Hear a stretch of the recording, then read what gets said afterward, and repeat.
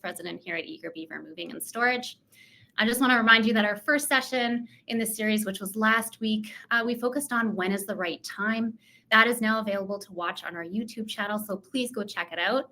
But today is all about preparation, how to plan for a move, what to consider as you're making decisions, and how to set yourself or your loved ones up for success. We have a fantastic panel of experts here to share their insights and experience with moving preparations. So I just want to talk a little bit from a moving company's perspective. It probably won't surprise anybody that the more prepared a client is, the more efficient we can be in all phases of the moving process. When we're coordinating a move, we ask a lot of questions, and that's so that we can fully understand the scope of the job, because the more we know, the better we can guide and offer support and help to our clients so that they can prepare. In our last episode, we touched a little bit on the Eager Beaver moving experience, but today I want to highlight something that we see really often, and that's the difference between clients who've had the time to thoughtfully downsize and get organized, and then those who are suddenly faced with an unexpected move. There's this baseline level of stress that comes with any move. It's just a part of the process, but without preparation, that stress can turn into duress. And that's felt by everybody who's involved in the moving process. It's the person moving, their family, and the entire team supporting them. Like now, of course, sometimes this kind of preparation, it's just not possible. Life happens, health issues, changes in living circumstances, or family dynamics can shift quickly, and suddenly a move becomes urgent. And we completely understand that. And so does probably all of the panelists that we have with us today. And that's why our teams and these individuals are trained to step in with care and flexibility and as much support as possible when time is short. But when there is time, using it well can make a big difference in how the entire moving experience feels. Okay, so for a little bit about housekeeping today for our audience, please feel free to say hello in the chat. We'd love to know who's tuning in and where you are. If you have any questions throughout the session, please enter them in the chat, and we'll address as many as we possibly can in the Q&A portion of today's webinar. And then don't forget to participate in the polls that will pop up throughout the webinar. We want to hear your thoughts. Okay. Let's meet our expert panelists. I am so excited about this group. You can probably hear it in my voice. I am just so honored to have every one of them here today. So I'm joined by an amazing group, and they all bring expertise from areas of senior transition. So first we have Tammy Lautner. Tammy is a registered social worker with over 20 years of experience in continuing care, seniors benefits, community development, and family and community support services. She serves on the Alberta College of Social Workers Discipline Committee, Edmonton's Ageism Committee, the Alberta Caregivers Strategy Co-Design Team, and the boards of the Alberta Association on Gerontology and the Canadian Association of Health Advocates. Whew, that was a big one. Welcome, Tammy. Thanks for joining us today. We have Caitlin Beekhouse. Caitlin is the owner and lead organizer at Sort and Simple Professional Organizing, where she and her team support individuals and families through life's transitions with compassion and optimism. Then we have Kirsty Lloyd. Kirsty is an Edmonton realtor with over 30 years of experience, known for her wisdom, dedication, and skillful negotiation. She takes pride in guiding clients through all stages of life, often supporting the same families across generations. Kirsty's trusted relationships and calm approach make her a reassuring guide to support seniors in their next chapter. And then we also have JC Soderberg. JC is a retirement counselor at Touchmark with over 15 years in hospitality, and the past 4 years focused on senior living. Known for her warmth and empathy, she helps individuals and families navigate the transition into retirement with care, clarity, and a deep commitment to personalized service. And then finally, we have our very own Riley McLaughlin. Riley is a sales manager here at Eager Beaver Moving, where he has coordinated, I'm not kidding you, thousands of senior relocations. He works closely with senior living communities to understand their unique guidelines, management structures, and resident needs, ensuring every move is handled with care, clarity, and respect. Okay, let's get started. So first off, we have our general discussion, and it's a question for all of our panelists. And the question is, what's the first step a senior or family member should take when starting the process of downsizing or preparing for a move? I'm hoping we can start with you, Tammy. What are your thoughts on this question? Sure. Thank you so much. And thank you for having me today. I'm excited to be here and to share what I have learned both on a professional and a personal level, because I have parents that are in their 90s. So I know this subject very well. I would say the biggest thing is to plan ahead. Plan. Enjoy, even just exploring options, touring different places that you might like to live, and starting those small conversations. They can make a world of difference. Leaning on professionals or trusted supports, whether that's a social worker such as myself, a friend, a neighbor, a family member, can help make that process feel so less daunting. And I just want to briefly share something that I learned not too long ago, the 40-70 rule. And the premise around it is, if you are around 40 or your parents are around 70, it's time to start a conversation with mom or dad about what they want, what's important to them, and what do they want to have happen if their health declines? Where do they want to live when that health becomes too difficult to manage? Oh, thank you. That's a really good one. I'm really looking forward to hearing the other expert experiences that you have with us. Caitlin, did you have anything to add? Yeah, I think Tammy got a great holistic look at that. The planning, the communication are key. One thing that I think is really important is, if we are looking to go through this transition, we want it to be positive. So what are you looking forward to by changing your life and moving into that next stage? If we can identify the things that we're excited about, that are going to make our life better, then when things get stressful or hard, or we have to make difficult decisions, it's actually going to be easier. So finding ways to be optimistic about the process. Oh yeah, I think mindset is so important. Positivity, and looking towards it being a wonderful experience, as opposed to a stressful one, which we know it is, but trying to stay positive. How about you, Kirsty? Well, I think what the ladies shared so far is awesome. I think one of the things I'll share from a realtor perspective, and I actually just had a situation where I think it's the legal aspect of it, and getting your family involved, like Tammy shared, having that conversation that, we'd like to move. We're going to have to sell our place. We don't know what all is involved yet, or calling a realtor to find out what all is involved. I had an older couple that I actually have known them since I was a young kid with my grandparents. And then I have lived in the same community as them, but not known them well, but well enough to say hello and at certain things. When they called me to say, okay, it's time for us to make a move, and we started getting into the, all of the legal paperwork, the wife started to get quite stressed about it. And I tell people this is very normal, because a move is a big move. But when you're not used to, I've been selling houses for 30 years, so I do it every day. But when you're selling your own home and you haven't done that, and you're going through contracts and things that you don't do on a regular basis, it turned out that her cognitive level was, she needed some support.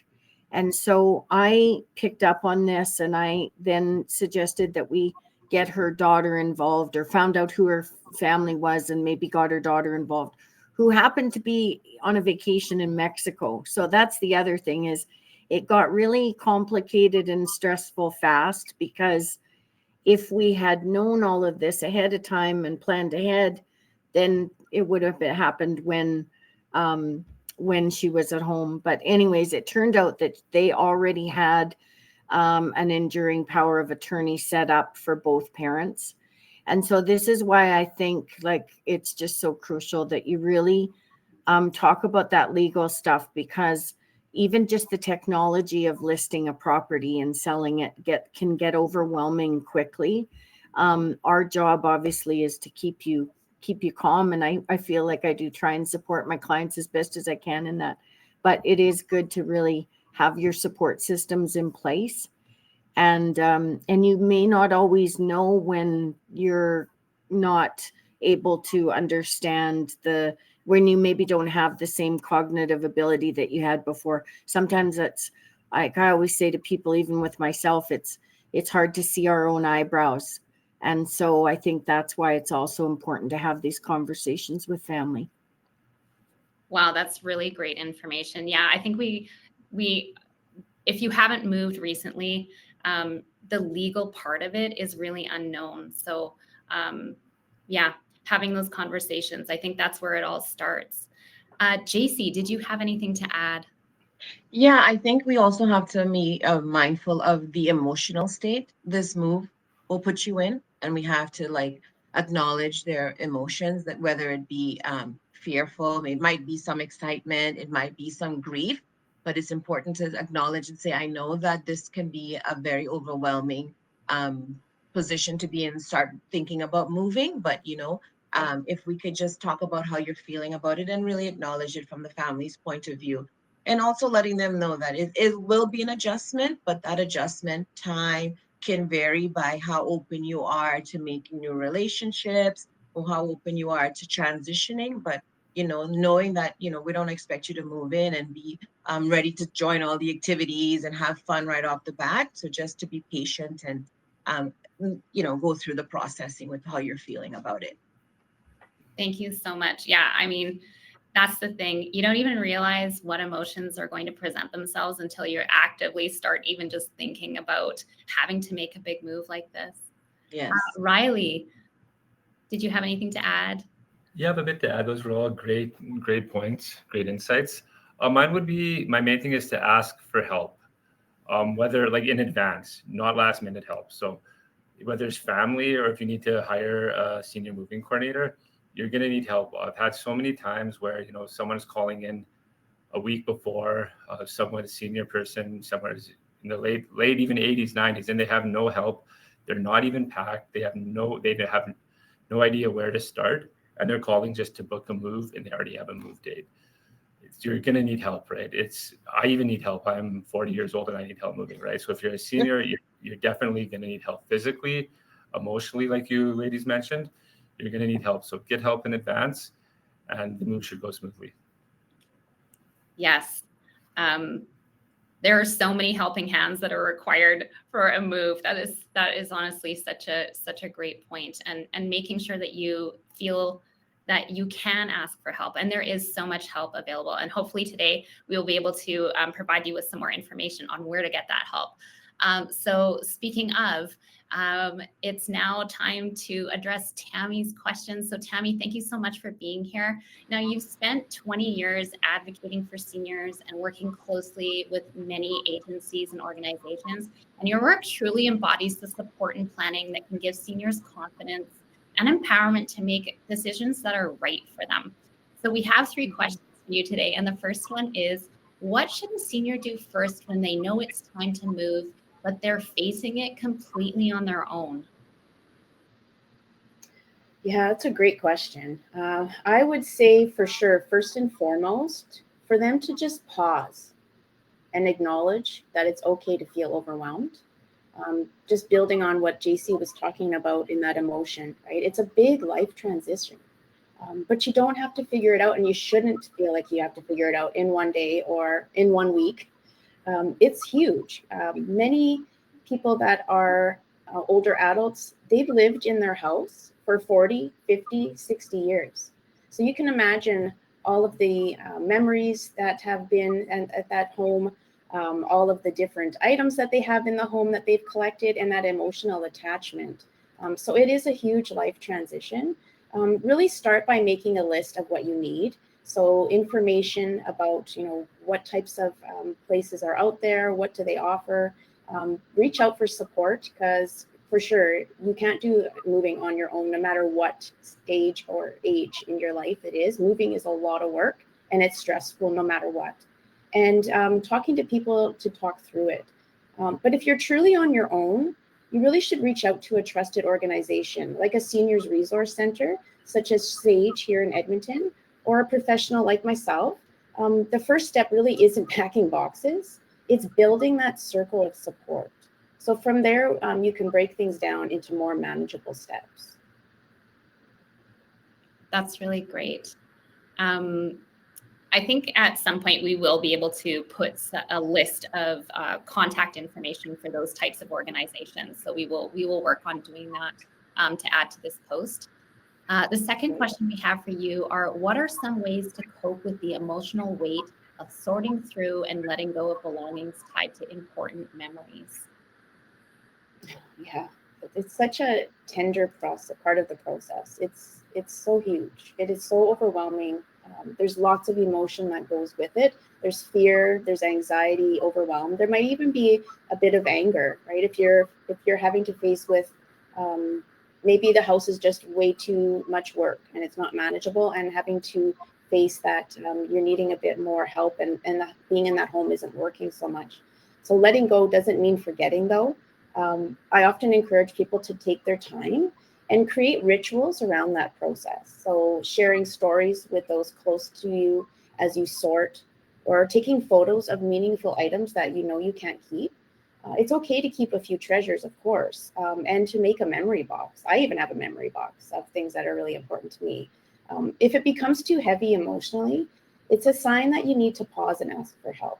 And the best help, if it's someone that's not close to you. My mom is actually in the middle right now of doing a bit of downsizing. And I have said to her, like, even though I have all this knowledge and expertise, I have too much of an emotional attachment to that process and to you. And we probably really struggle together trying to get that done. So reaching out to professionals such as Caitlin that can help through that process, because it isn't just about stuff. We all have emotional attachments to our things. It's about that identity and history, and it definitely deserves that care and attention. Yeah, I mean, I think the other thing too is, like, I'll just bring my Nana had this chair that she sat in. It was her chair. She had it for years and years and years, and it was really important that that chair stayed in the family. And so that chair now sits in my parents' house. And, you know, every time we sit on it, we think of her. So, you know, I think seniors identifying those really treasured possessions that they may not be able to take along with them, but they really want to stay in the family somewhere, and then seeing if there's anybody who, you know, would be willing to be the new home for those items. So the third question we have for you is, what can seniors do when they feel overwhelmed or misunderstood during conversations with family about their future living plans, especially if they're in a disagreement about it? Great question. And even though I have all this experience professionally, it gives me no knowledge and no preparation for that personal life experience and for those tough conversations. I've had to have these conversations with my parents. My mom just turned 90. My dad will be 94 on the 22nd, and they're still living in the home that I grew up in. It's great, it's positive, but it's not necessarily the best place for them with the stairs and things like that. So really, family conversations can be so emotionally charged, especially when those roles are shifting. So if a senior is feeling dismissed or overwhelmed, try to name your needs clearly. So sometimes writing things down first helps. It's also okay to set boundaries and ask for a calm time to talk. So not to do it when you're maybe shopping or something is happening. Like, really sit down and be intentional of when you want to have those conversations, when things are calm and you're just simply having a visit. And if things are stuck, or you can use a neutral third party like a social worker or a mediator or a trusted advocate that can really help bridge that gap, because your voice matters in these decisions. You want to feel that you've been a part of the planning and the process, and that you are ending up living somewhere that you truly feel comfortable, and that you've made that decision that you want to be in. And it's really important to have those conversations as early as possible, like I had indicated before. The worst thing is when you have to make probably one of the bigger decisions in your life, of to where you live and you're in a crisis situation, you're not really in charge of what happens. Yeah, I mean, I can think of so many examples, even my own parents whose plan is to age in place for as long as possible. But I always think, okay, that's great. And I want to honor that for as long as it is possible. But having that conversation for, okay, but if it's not, and we need a plan B, what does that look like? Right. So For that sure. was great. Thank you so much, Tammy. That was excellent information. Thank you. We are going to move on now to Caitlin. Thank you so much for joining us today. Your company specializes in organizing and decluttering. We see this so often with senior moves, as many have been in their homes for 20 or more years, as Tammy mentioned. And with that comes an accumulation of things. It's probably one of the most overwhelming tasks of the preparation process. So we have 3 questions for you today. And the first one is, where should seniors start when it comes to decluttering or downsizing? Wonderful. Thank you for the question. And if anyone can't see me, you can hear my voice, but you can't see me on this platform on the left of the screen. There's some white arrows. If you want to be able to see me while I chat, you can just click the down arrow. When it comes to downsizing, those are some of our really big projects, right? If it's for our team. And it's typically going to be going through your entire home. And that's like what Tammy said, where it can feel really paralyzing and really, where do we begin? So one of the things that we do that doesn't even involve moving the stuff in your home or lifting and carrying and doing that is sitting down, whether you're an individual or with your partner or even with your family, and getting clear on what is your vision for the next stage of life. What are the hobbies that you're doing? How much cleaning do you want to be doing? How much space might you need? And the more clear we get on what that next stage looks like, then the more confidently we can envision ourselves in that role, doing those things. And it becomes a little less scary and a little less daunting, because typically what we find when we work with our wonderful senior clients is there's this level of fear of change because there's so many unknowns. The more we can figure out and be clear on, the less scary it is. So getting clear on that vision can really help. But then physically, when it comes to starting on decluttering and starting to go through your items and make decisions, whether you're working on your own or with a team like ours, we love to start with a space that is small and that is low, has like a low emotional charge. So an example would be, for me, I would start with my laundry room because I'm not emotionally tied to my laundry detergent. It's a small space.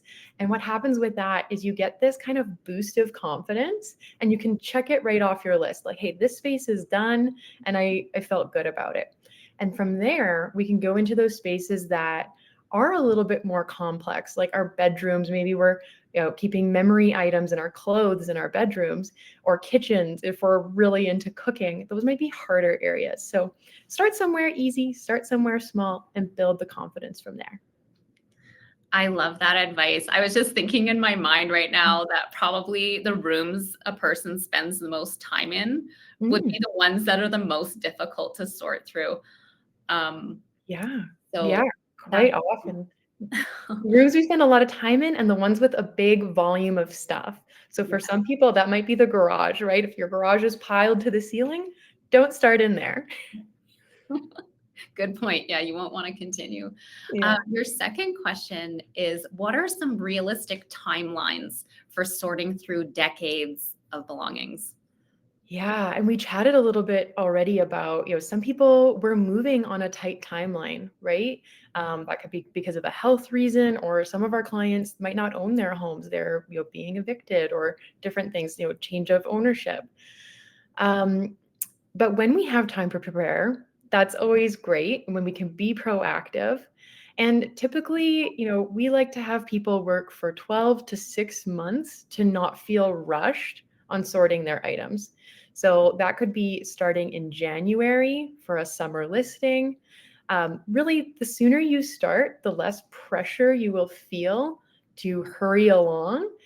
And typically, people don't want to be working on this like a full-time job starting at 9 a.m. every day. They want to work on it maybe once a week for 3 or 4 hours, something like that. So the more time we give ourselves, the less pressure, the more confident we feel. And that also gives us an opportunity to maybe ask our kids if they want anything. We can take some items for donation. And it also gives us a chance, hey, maybe I'm going to set a deadline for myself of, if I don't declutter by March, maybe I do need some help, but I still have time to get it. That is great advice. Your last question is, how can seniors stay motivated and avoid decision fatigue during the organizing or decluttering process? Yeah, this is like my favorite question of these three, because it's where our team really flourishes. And whether you're working on your own or you're working with someone, there are so many ways to make the process more fun, more enjoyable, and to keep the motivation going. I think a big piece is being mindful of your energy levels. So let's get a good night's sleep.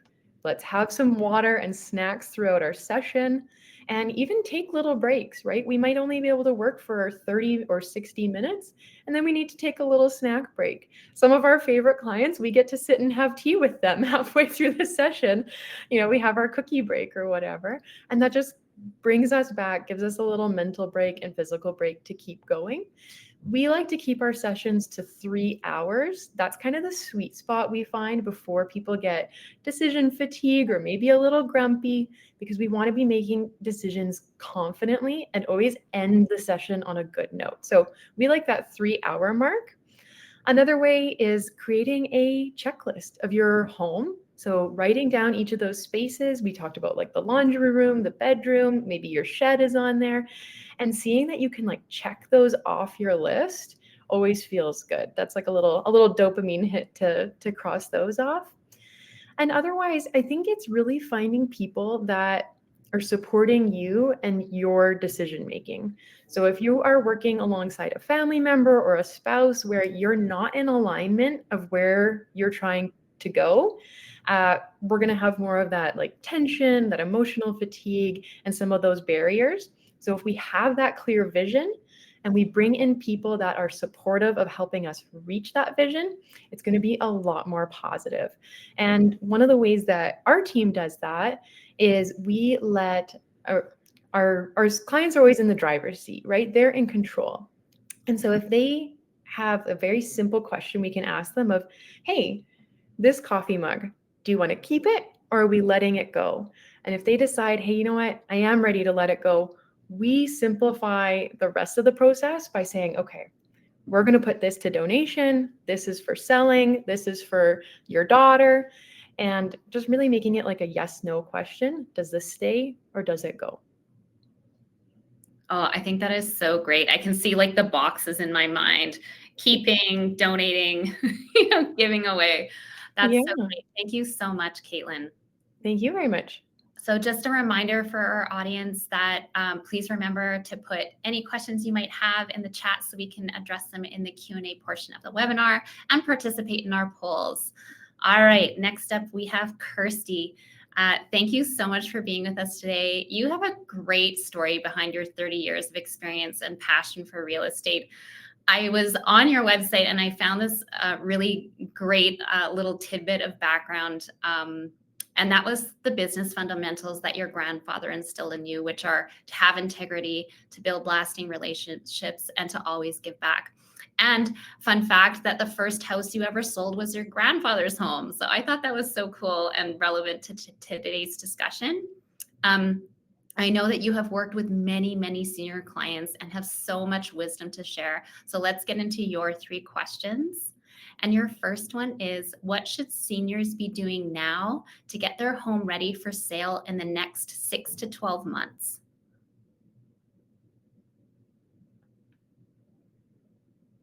Oh, I'm not sure that we can hear you if you're...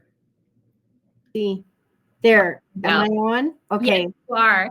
I just wanted to say thanks for that research. I'm surprised it's still up because I'm updating my website, but yes, I loved my grandpa very much, but all my grandparents. Okay, so 6 to 12 months. So, and I love that you said that, because really that should be, that should be minimum time that you don't just decide, okay, we need to get going on this. I mean, obviously sometimes this doesn't, life happens, and there's times where maybe somebody's, gets ill or something. But yeah, if you can start on it in 6 to 12 months. One of the things I always, and whether you're a senior or not a senior, it's like the house file.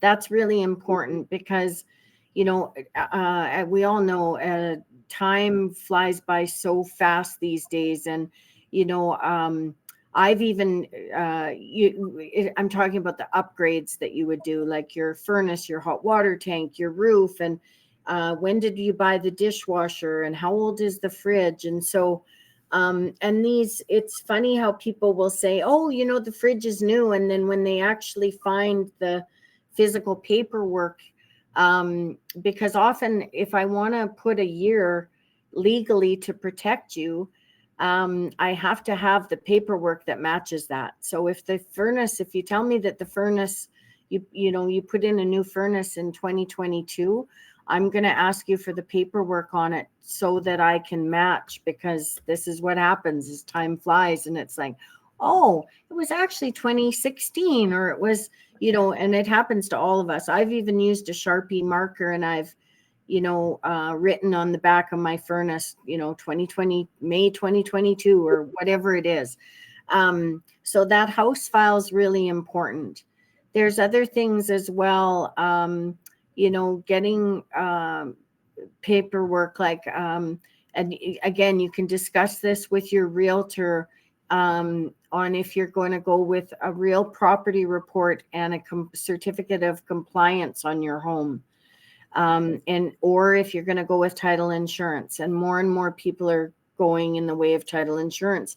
But these things you have to make a decision on this before you sign that listing contract. And these contracts are legal, and often don't change once you're in that mode. So that's another thing to really think about as well. The other stuff is to have a couple experts come in and tell you what to do. Like, have Caitlin come in, have me come in, and we're gonna, tell you what, from my perspective, I'm gonna tell you if I think the house needs to be purged and clutter needs to be gotten rid of, which you're gonna want to do anyway to relieve some stress. So those would be some of the things it's a big conversation, but those would be some of the things I'd mention. That's really great. I need to start a house file now. I didn't even consider that. Holy mackerel. That is something we should all do. I'm going to be going around and figuring out when we got everything. That was such a great piece of advice. Thank you for that. You're welcome. Second question is, how do you guide seniors in deciding whether to invest in home improvements or simply focus on decluttering and staging to enhance curb appeal? This is a really good one, and it comes up all the time. And it's really depends on, it's individual for each one. But I think the things I always try to tell people, but especially when you're at this level, is like, the least amount of stress, the better. The market is really good too. So again, it would depend on the market. We've had such a strong real estate market that I hardly ever tell senior couple or to do any kind of improvements, because most of the time somebody else that's gonna move in is prepared to go and personalize it the way they would want. And it does, again, renovations is just one more project that can escalate stress and duress. So it's usually something that I don't recommend in a really strong market. But in a market where maybe it isn't as strong, or for example, I sell a lot of adult living complexes, and this is an area where it isn't just seniors and people that are going into retirement that are living in them. I myself live in one, and I love it because we have a big family cabin out at Pigeon Lake that's lots of yard work, and having a place that's lock and go is nice and easy. And often I find in that scenario, when people are, if you're thinking of moving out of your home that you've been in for 30, 40 years, and you're wanting to move into a retirement like adult bungalow complex community, often the people that are moving into that place don't necessarily want to do renovations. So sometimes when I'm selling those places, I may suggest if there's things like maybe a rug needs to be replaced or something. But again, trying to keep it minimal, because the more projects that you add on, the more overwhelmed. And hey, this goes for all of us. I've been in, I myself, I've been in here 17 years, and I need to have Caitlin come and help me go through my place. So I know, it's all about trying to keep it as easy and as stress-free as possible. That is such great information. Your third question is about what documents, information, or decisions should be organized before listing the home. Well, I think that kind of goes back to number one. And then also what I spoke about earlier about, is a power of attorney needed? Is there any early onset dementia? My mom is 80, and she ended up with an early onset dementia that was a vascular dementia caused by some carotid arteries. So very luckily, she had a stroke that then after she had a stroke and had a stent put in, she actually started to get clearer, because then she was getting more oxygen in her brain. So that's been very lucky for us. But at the time when she was quite sick, I was left with having to, in a very stressful, busy time, get her into a home, which she's actually in Touchmark. But it was, I had to do that. And then I had to get her out of a house that she had been in for 30 years. And it was a ton of stress. So I think, the power of attorney, going to lawyers, doing all of that stuff.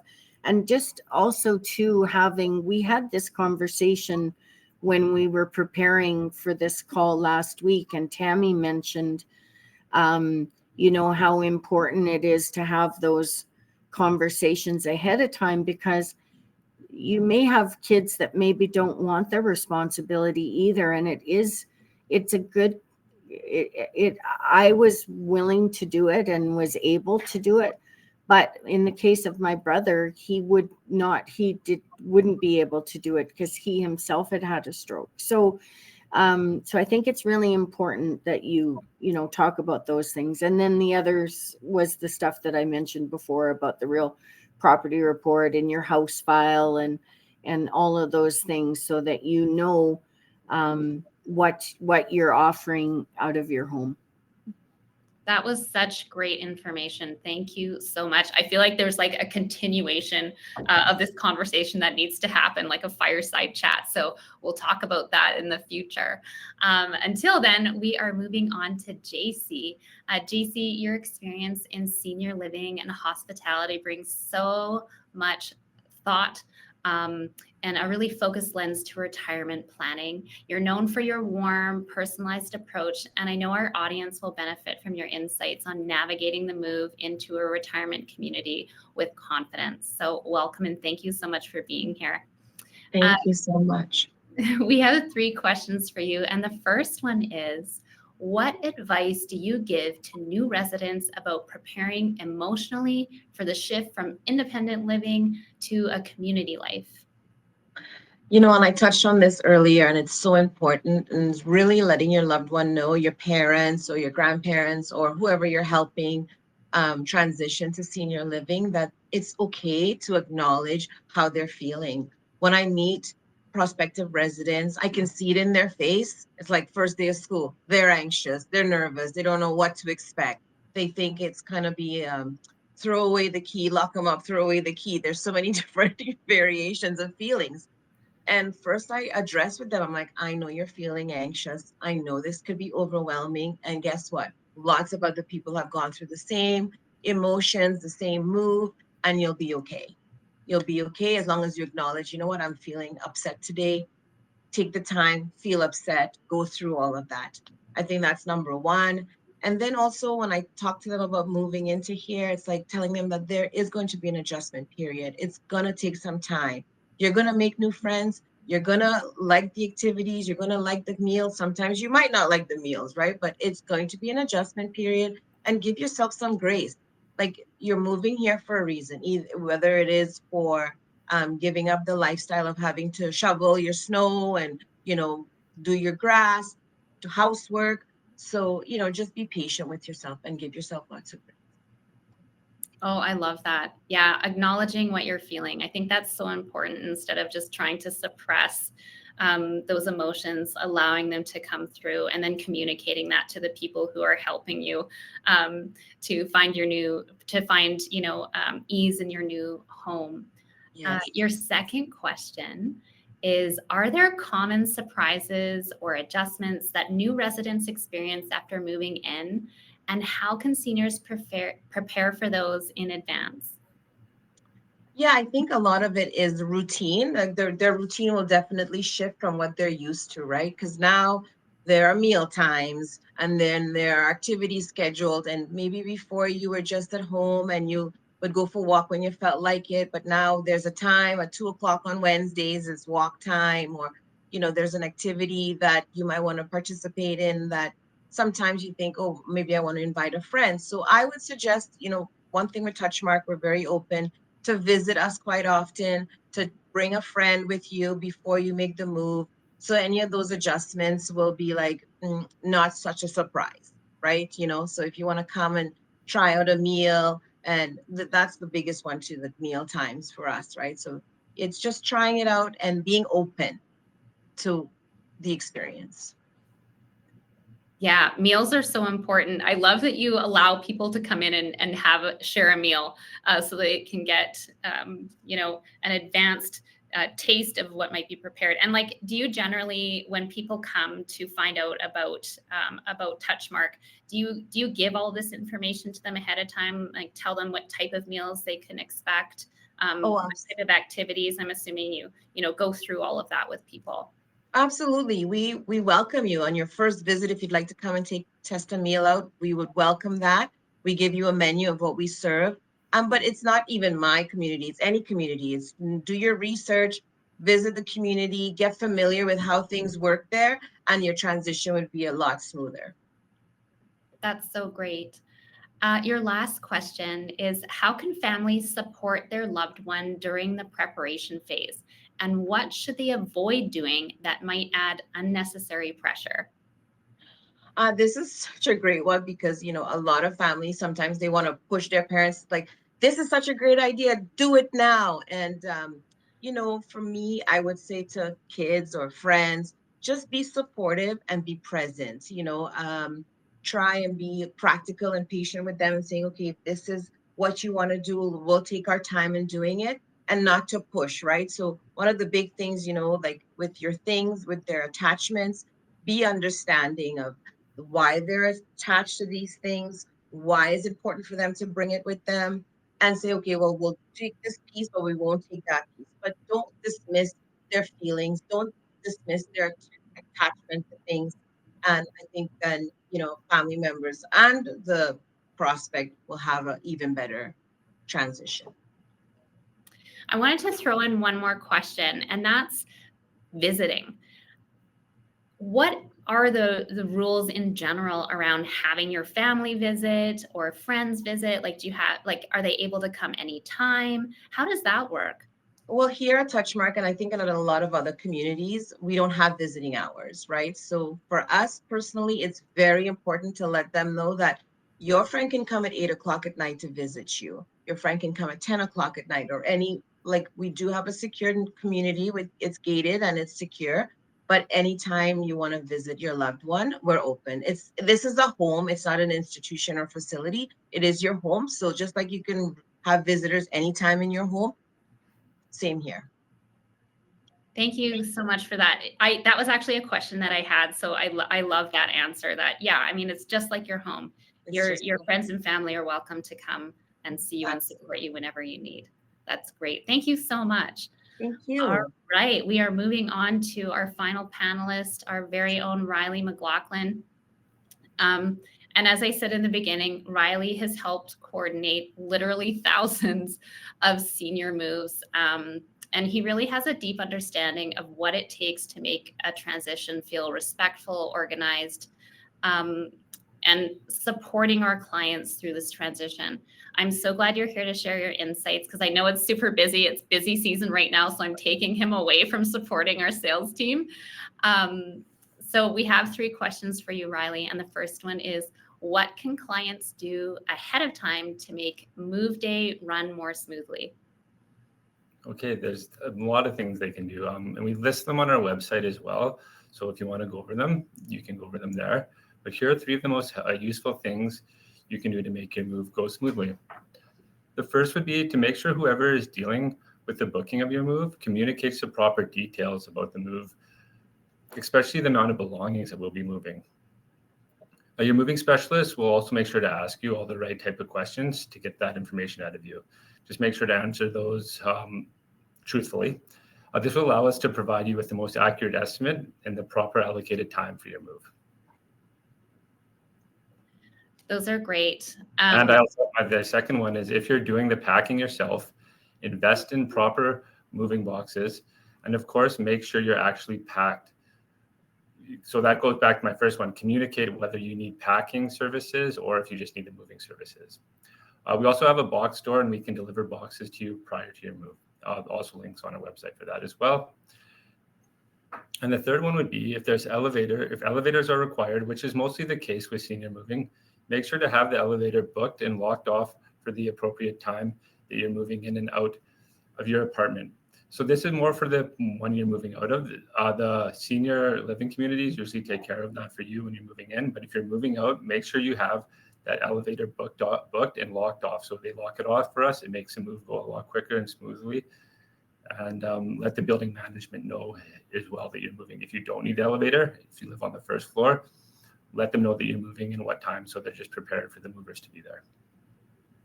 Yeah, those are all such great points. And I think, sometimes our clients are like overwhelmed with the amount of questions that our move coordinators ask, but it's all for a reason, because the more information we have, as I said in the beginning, the better able we are to make sure that we provide you with an accurate estimate, number one, but then also we can provide our crew with the information on how to efficiently facilitate your move on the day of your services.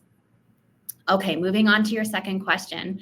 How do you handle situations where move-in dates don't perfectly line up with move-out dates, and what should seniors do in that case? Yeah, so we have you covered for this. Whether it's like last-minute changes, if you know this from the beginning, we have various types of storage. So we have on-truck storage. This is for very like short-term storage usually, or if it's in slower season, we can keep your stuff on the truck, and then we can just deliver it for your move-in date. And we also have portable storage containers. Those are like the pods, but that's a brand name. We call ours portable storage containers. We have those. They come in 16 feet or 20 feet ones, and we necessarily don't have to move these to your place. We just load the truck and we move them. We unload back in our containers at our facility. And then our third option is we have indoor temperature controlled storage. So this works out good. Your stuff stays padded, and we just move it into storage for the short amount of time, and then we can move it back into your new place. But ideally, it's best to get your possession dates lined up, and because there is an additional cost, obviously, for storage when storage is required in moves. So yeah, if you can get your possession date lined up, it'll be a lot more affordable, but it's not going to be a big problem if it's not. We have you covered. It's just a easy thing to do on our end.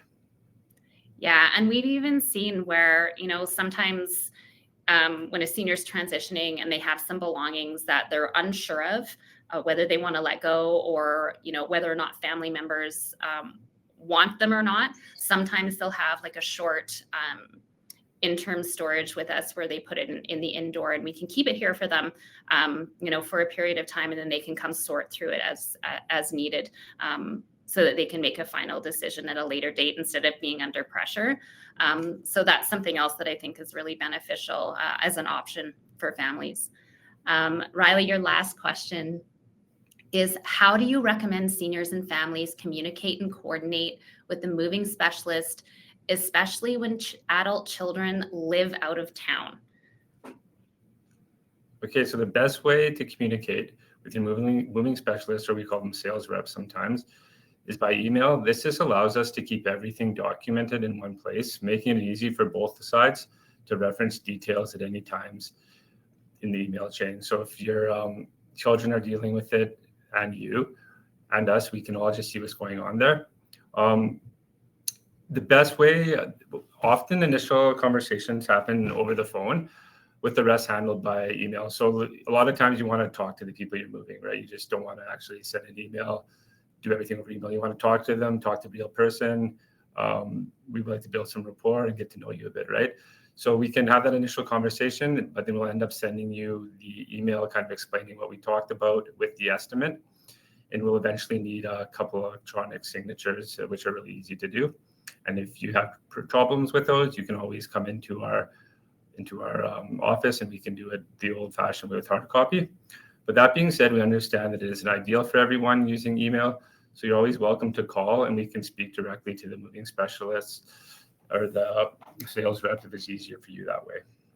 We also recommend that one person, whether it's the person moving, a friend, or a family member, takes the lead on coordinating the move. This just helps avoid any confusion, and sometimes it can happen with multiple people getting involved. So if you can just have one person take the lead, but if you need someone else involved, we can always CC them on emails, or they can call in, and you can call in at various times as well.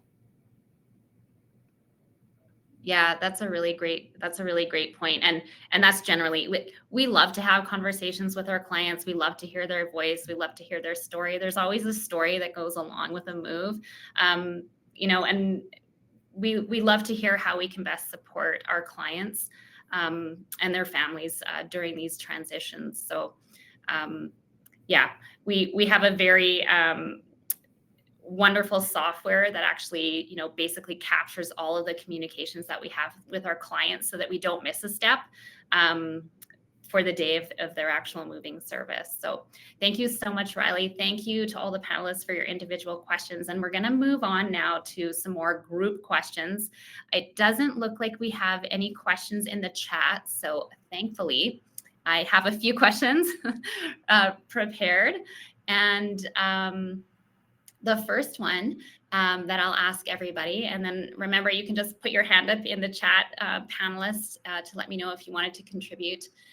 The first one is, what does being prepared for a move really mean to you in your role, and how do you help people get there? Do I have any volunteers to start? Yeah. Caitlin. Yeah, I'm happy to chat on this one because I think it's so much of what we do lines people up for what Riley and his team do, is feeling prepared for move day, right? So a few things that we'll do is, make sure that you've got as much as possible packed into boxes. That's going to be easier for your movers to put on dollies, to put in the truck and stack. So having almost everything or everything actually in boxes is a really key part of looking like you're prepared to move. Another thing I love to see is we'll bring a cooler. So if you have those last minute refrigerator items, we put those in the cooler so that they can be the first thing to be unpacked. And also being prepared on that day, you're going to have a little maybe like carry-on suitcase or a personal suitcase with your important documents, maybe any personal items that you don't want put in the truck, and you're going to keep that suitcase with you on that move day. That's really great for things like, wills, passports, identification. If you have really special jewelry or something, just put that in your carry-on suitcase and then you keep that with you. And I think the other thing, for our team, what we really love and what moving day looks like for us is our clients are there to let us in the morning. They open the door and we send them on their way. We usually send them for a long extended lunch, go visit with a friend. We'll be there to liaise with Riley and the moving team. And when we get to your new place, we'll unpack it and set it up so that you just walk in and enjoy. So being prepared, it's really about having kind of like that seamless moving experience, have stuff in boxes, have a plan for where you're going to be that day, maybe sending your pets over to a friend's house, those kinds of things. But really just finding ways to make it as easy on yourself as possible. I love all of those tips. And I just wanted to add that, yeah, anything that is valuable to you, any of your valuables, people should really move on their own with themselves. That is so important. And we always recommend that to all of our clients. Did anyone else want to chime in on what does being prepared for a move really mean in your role? Kirsty, did you have anything to add? I think, leading up to possession, there is, or the closing day is another thing that it's called. There's going to be paperwork that's going to have to be signed, usually about a week before with the lawyer. So often my team will get on the phone and make sure that appointment's been set up. And that, all of the documents have been sent to the lawyers on both sides and that everything is good to go for possession day. Those are some of the things that I think of off the top of my head that are important. And then also, I try and tell people too, to make sure that the carry-on bag, just that you've got a fresh pair of PJs and, things that you're not going to want to have to go searching for in boxes and a change of clothes and your toothbrush and everything, just as if you were going on a vacation, which and hopefully by then you are because everything's been done. But those would be the things I would suggest. Thank you. I see JC has raised her hand. Yeah, I just wanted to add to that, we want to make sure that the move is in you're comfortable and you're relaxed. So we would offer a nice, comfortable place to come and relax while the move is getting done and your things are being unpacked. We offer lunch to you and your family. So while Eager Beaver is unpacking your stuff, we're pampering you to make sure that the transition is a bit smooth. Wonderful. Tammy. Yeah, I just wanted to acknowledge that emotional side of things and how stressful it can be and overwhelming and scary, right? So to really be aware of that you're going to have a mix of emotions on that day. It's going to be a lot, and it's a huge change. So just be kind to yourself and realize that you're going to have all these varying emotions, and that's completely natural and understandable, and to be kind to yourself throughout that process. I love that. That's great advice. All right. Well, we are. Sorry. No, keep going. I think we have like 1.5 minutes left. So, yeah. Susan, I just wanted to add to that too, to what Tammy said, is that when you're working with any of us as your professionals, at least for me, if someone tells me that they're nervous or they're anxious or they're scared, I feel even more like I just want to support you as best as I can. So I think it's important to share with the people that you trust and that you've hired where you're at so that we can support you and be gentle with you, because it is a big change. Yes, absolutely. That I think, honestly, this group of panelists, I could just feel everybody's passion and care. I would be choosing all of you to help me in this transition or help a family member. So I just want to conclude. That brings us to the end of our hour together. Thank you so much to our audience for joining us. A big, huge thank you to all of our panelists for sharing their expertise. And thank you to Haley, our social media coordinator, for moderating and creating this presentation today. We hope that you have found this webinar helpful as you navigate the transition to a new chapter in your life. We have our third and final session next Tuesday, May 20th, where we discuss financial consideration of senior moves. Until then, thank you so much and take care. Bye, everyone. Thank you. Thank you. Thank you.